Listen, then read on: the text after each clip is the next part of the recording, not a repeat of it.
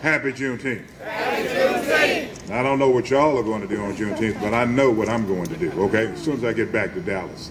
It's indeed a pleasure being here with you in Austin today, especially today, as we get the results of the survey. Let me say a couple of words to the University of Texas, specifically the president. Thank you, Bill, for all the things that you're doing. You are changing the way that many communities look at the University of Texas. Historically, the University of Texas has not been looked on with, how shall I say it, the greatest amount of, we hadn't looked on the University of Texas and African American community as a friend in the past.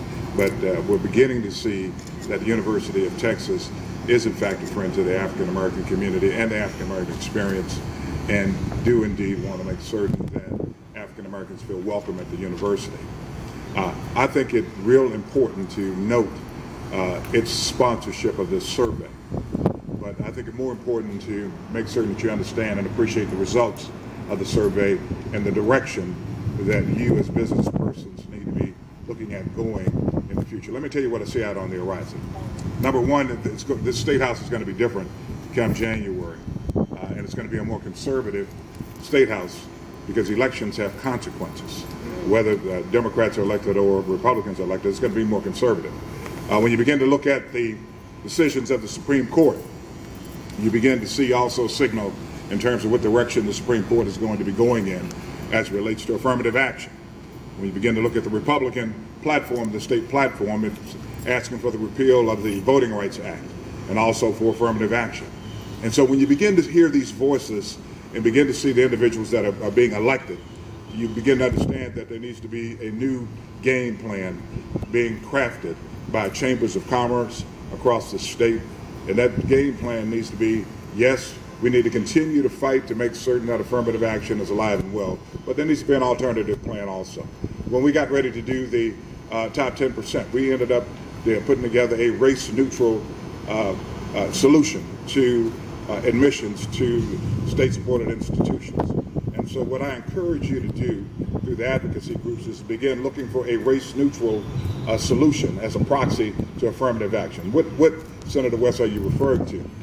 When I look at the 23rd Senatorial District, which probably has the second most African Americans in its district, in its senatorial district, and any senatorial district in the state of Texas, I begin to think about exactly what would I look at. And so I encourage you to begin in your think tanks, specifically the chambers and needless to say the institutes that we have across the state, to begin looking at geographical preferences. I think that we need to make certain that in urban communities where we continue to talk about blight and redevelopment, that we encourage business opportunities and preferences for businesses locating in those blighted areas that will come in and not do gentrification, but will in fact make certain that individuals in those communities are in fact given preferences for procurement opportunities, and needless to say, the individuals in those communities, employment opportunities. Those are the things that we need to be doing.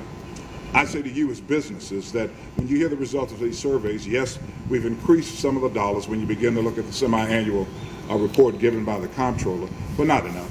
African American businesses are right at about $94 million, which is pittance in terms of the amount of money that's being spent in the state of Texas.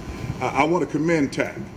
During the last legislative session, we put in place I guess you say a pilot program. And the pilot program was basically this.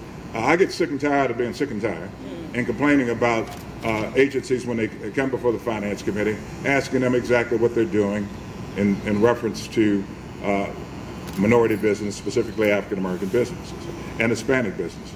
And so what we asked them to do was to take a look at the wisdom of going out to TAC and also to MOC and figuring out whether or not it would be in their best interest to contract with those organizations to help those agencies come up with a plan in order to increase capacity to get individual businesses to the table for employment and procurement opportunities. And I think that that's coming along well, and hopefully that we'll get a report back on that also.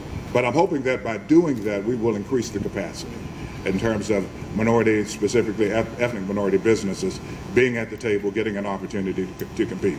So as we hear the results of this survey, it'll give us needless to say, an historical perspective, and I think we had about a 15% participation rate. So it's a good representation in terms of the businesses, African American businesses in the state of Texas.